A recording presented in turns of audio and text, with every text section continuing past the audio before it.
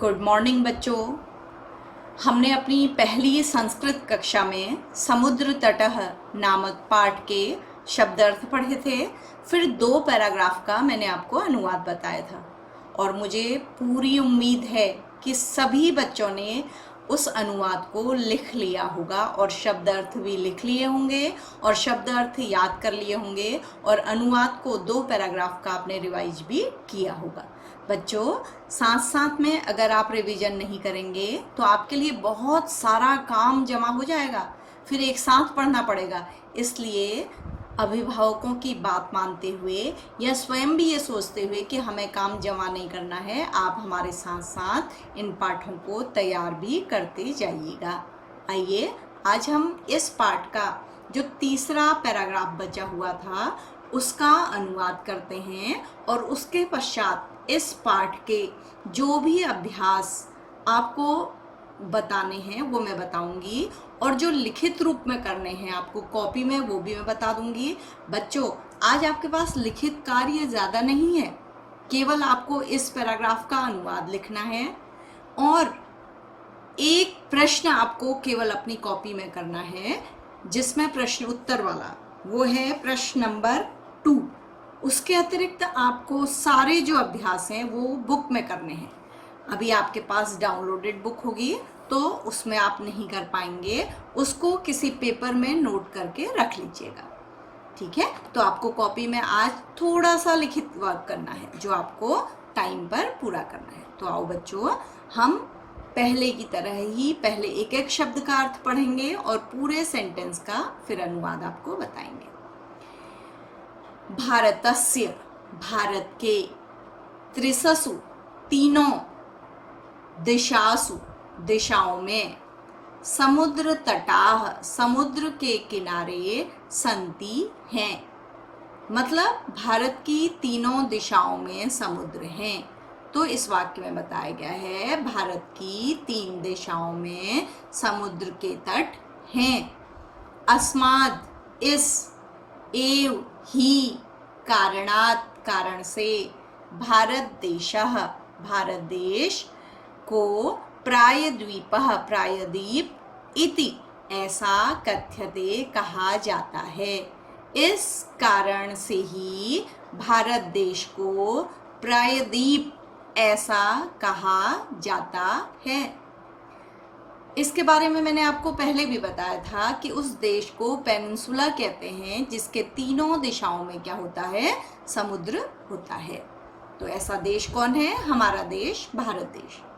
पूर्व दिशायाम, पूरब दिशा में, बंगोपसागर, बंगाल सागर, दक्षिण दिशा में, दक्षिण दिशा में, हिंद महासागर, हिंद महासागर, पश्चिम दिशा में, पश्चिम दिशायाम, पश्चिम दिशा में, च, और मैंने आपको बताया था जिस शब्द के बाद होता है वो उससे कहाँ आ जाता है, पहले। और पश्चिम दिशा में अरब सागर अस्ति है। तो भारत के पूर्व दिशा में बंग सागर, दक्षिण दिशा में हिंद महासागर, पश्चिम दिशा में अरब सागर है। यह आप ज्योग्राफी में भी पढ़ेंगे बच्चों, अपने मैप में भी देख सकते हैं आप इंडिया के। एतेषाम, इन त्रयाणाम, तीनों का, अपि भी, सागराणाम, सागरों का, संगमः, संगम, कन्याकुमारी तटे, कन्याकुमारी के किनारे पर, भवती, होता है।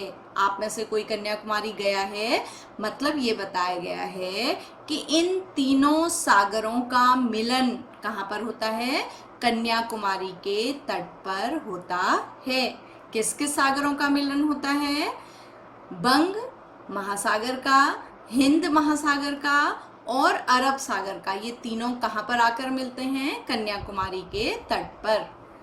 अत्र, यहाँ, पूर्णिमायाम, पूर्णिमा के दिन, चंद्रोदयः, चंद्रमा का उगना, सूर्यास्तम च, और सूर्य का अस्त होना, च पहले आ जाएगा बच्चों। युगपद एव, साथ ही, दृष्टुम देखने में, शक्यते समर्थ हो सकते हैं।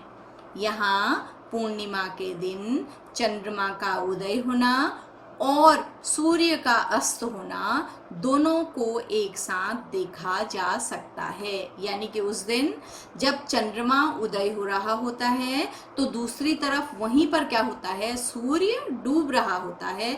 तो इन दोनों दृश्यों को हम कहाँ से देख सकते हैं बच्चों? कन्याकुमारी के तट से देख सकते हैं। तो यहाँ पूर्णिमा के दिन चंद्रमा का उदय और सूर्य का अस्त दोनों एक साथ देखा जा सकता है। तो बच्चों ये आपके पाठ का अनुवाद हो गया है, जिसमें पहले आपको बताया कि समुद्र के तट पर लोग घूमने जाते हैं, वो क्या क्या करते हैं, और मछुआरे अपनी जीविका भी चलाते हैं, और हमारे देश के कौन कौन से समुद्र तट हैं और वो अपनी किस विशेषता के लिए प्रसिद्ध हैं। इसके अतिरिक्त हमारे तीनों दिशाओं में, भारत की 3 दिशाओं में कौन से सागर हैं और कन्याकुमारी क्यों प्रसिद्ध है। तो आपको यह अनुवाद समझ में आ गया होगा। इसमें कुछ जानने योग्य और याद करने योग्य बातें भी हैं जो आपको कभी भी काम आ सकती हैं। तो बच्चों ये पाठ हमने पढ़ा। अब हम इसी पाठ के आधार पर इसमें जो अभ्यास कार्य है उसको करेंगे।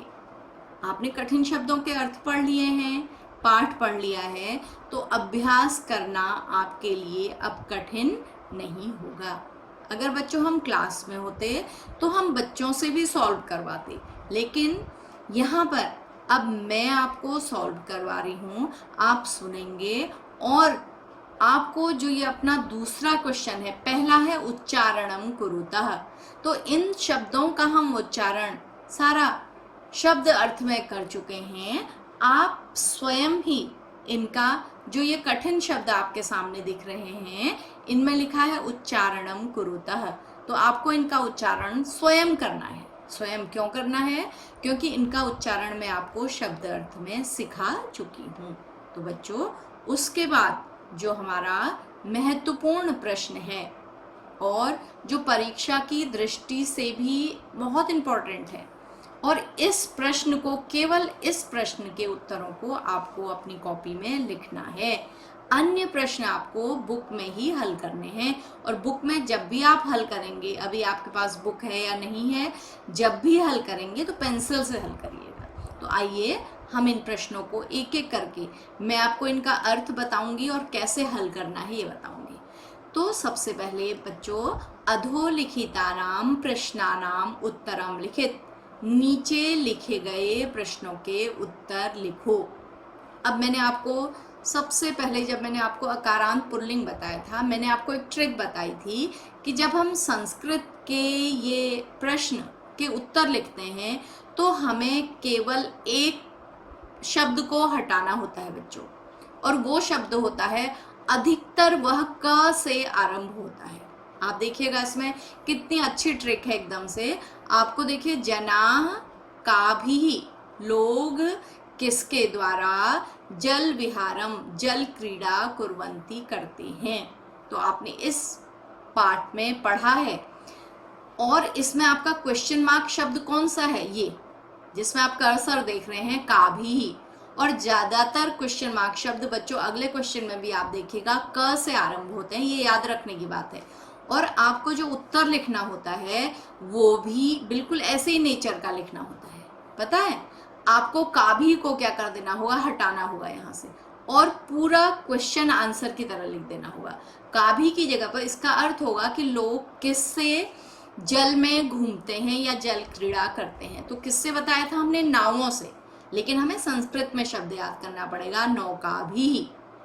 आपको यहाँ पर कितना सरल है, देखिए, केवल नौका भी, का भी को हटाकर क्या भरना है? नौका भी। और पूरा क्वेश्चन ऐसे ही रहेगा, तो हो जाएगा जनाः नौका भी जल विहारम कुर्वन्ति। और बच्चों जो हमारा उत्तर होता है उसका जो नेचर होता है वो ऐसे ही शब्द जैसा होता है जैसा क्वेश्चन मार्क शब्द होता है। ठीक है, तो आपको पहला प्रश्न समझ में आ गया। अब आपको दूसरे प्रश्न भी ऐसे ही करने हैं। आपको क वाला शब्द ढूंढना है, उसको हटाना है, उसकी जगह पर आंसर वाला शब्द भरना है और क्वेश्चन मार्क हटा देना है। तो भारतस्य, भारत के, दीर्घतमः, सबसे बड़ा, समुद्र तटः, समुद्र का किनारा, कह, कौन है, कौन सा है। तो आपको क्या हटाना है इसमें बताइए, कह। आपका पूरा आंसर बन जाएगा बच्चों। तो आप लिखेंगे भारतस्य दीर्घतमः समुद्र तटः, कह को आपको हटा देना है। क्या लिखना है, चेन्नई नगरस्य मेरीना तटः। तो आपको 2 शब्द याद करने हैं यहाँ पर, और आपको इसमें कुछ भी याद नहीं करना है। तो भारत का सबसे बड़ा समुद्र तट कौन है, तो आपका हिंदी में होगा, भारत का सबसे बड़ा समुद्र तट चेन्नई नगर का मेरीना तट है। तो आपको कह को हटा के अपना आंसर भर देना है। ठीक है। तीसरे क्वेश्चन में आइए, जनाः, लोग, कुत्र स्वैरम विहरन्ति, लोग कहाँ अपनी इच्छा से घूमते हैं। तो आपको क्या हटाना है, कुत्र, क वाले शब्द हटाने हैं। ठीक है। तो लोग कहाँ अपनी इच्छा से घूमते हैं, बताइए कहाँ घूमते हैं, मुंबई नगरस्य जुहू तटे। आपको 2 शब्द यहाँ पर भर देने हैं कुत्र के बदले, और पूरा आंसर आपका हो जाएगा। तो हो जाएगा, जनाः मुंबई नगरस्य जुहू तटे स्वैरम विहरन्ति। तो बच्चों कितनी अच्छी ट्रिक है, देखो। अगला है, बालकाः, बालुका भी, किम रचयन्ति, किसकी बारी आई हटाने की, इसकी। तो इसका मतलब हुआ, बच्चे या लड़के बालू से क्या बनाते हैं। तो किम को हटा के आपको क्या बनाना है यहाँ पर, बालू का ग्रहम रचयन्ति। तो पूरा हो जाएगा, बच्चे या लड़के बालू से बालू का घर बनाते हैं।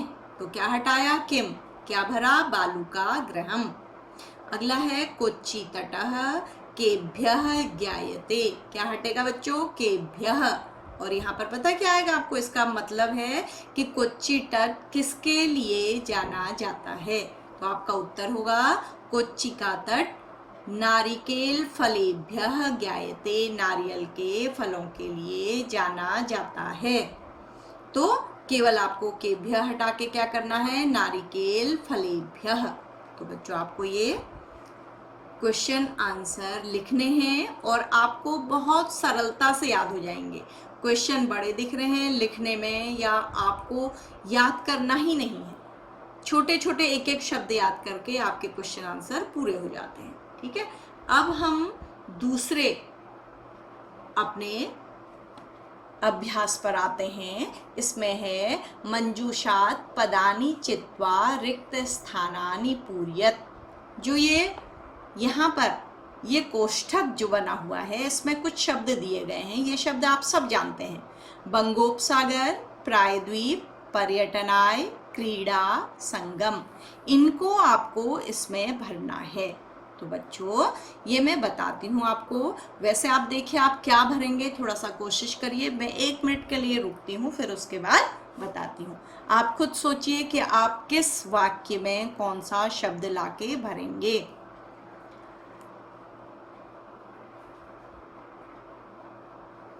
तो बच्चों आपने सोचा, तो आइए हम एक एक करके, कन्याकुमारी तटे त्रयाणाम सागराणाम, कन्याकुमारी के तट पर 3 सागरों का भवती होता है। क्या होता है बच्चों, संगम।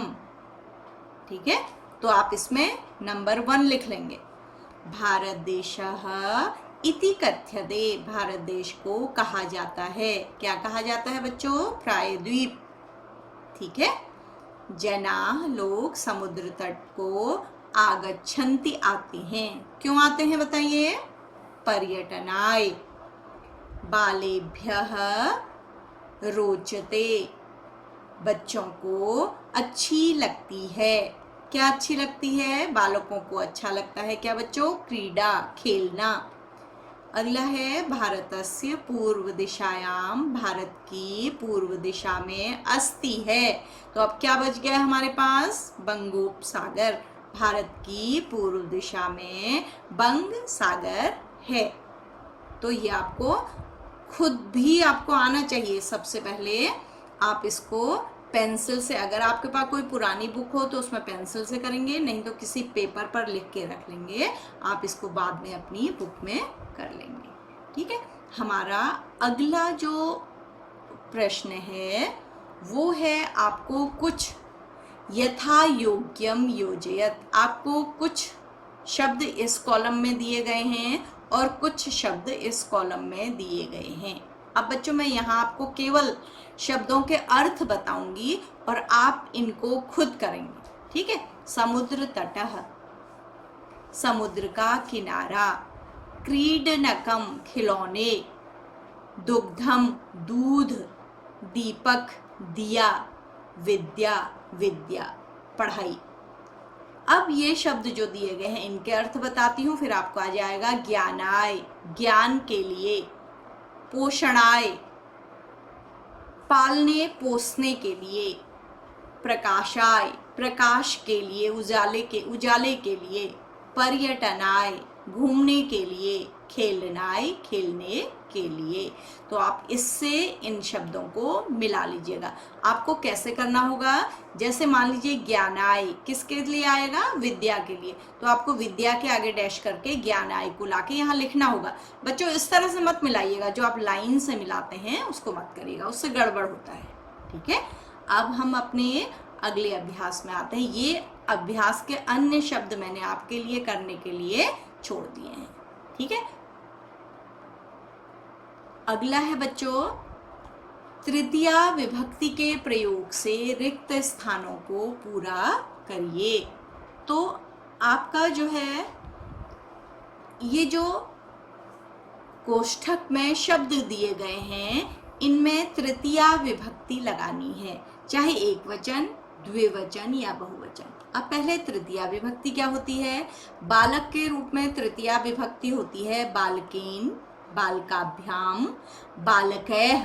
तो आपको अकॉर्डिंग, चाहे आप एक वचन लगाएं, दो वचन लगाएं या अकॉर्डिंग सेंटेंस, आपको जो वचन लगाना हो आपको किसका लगाना है, तृतीया विभक्ति का लगाना है।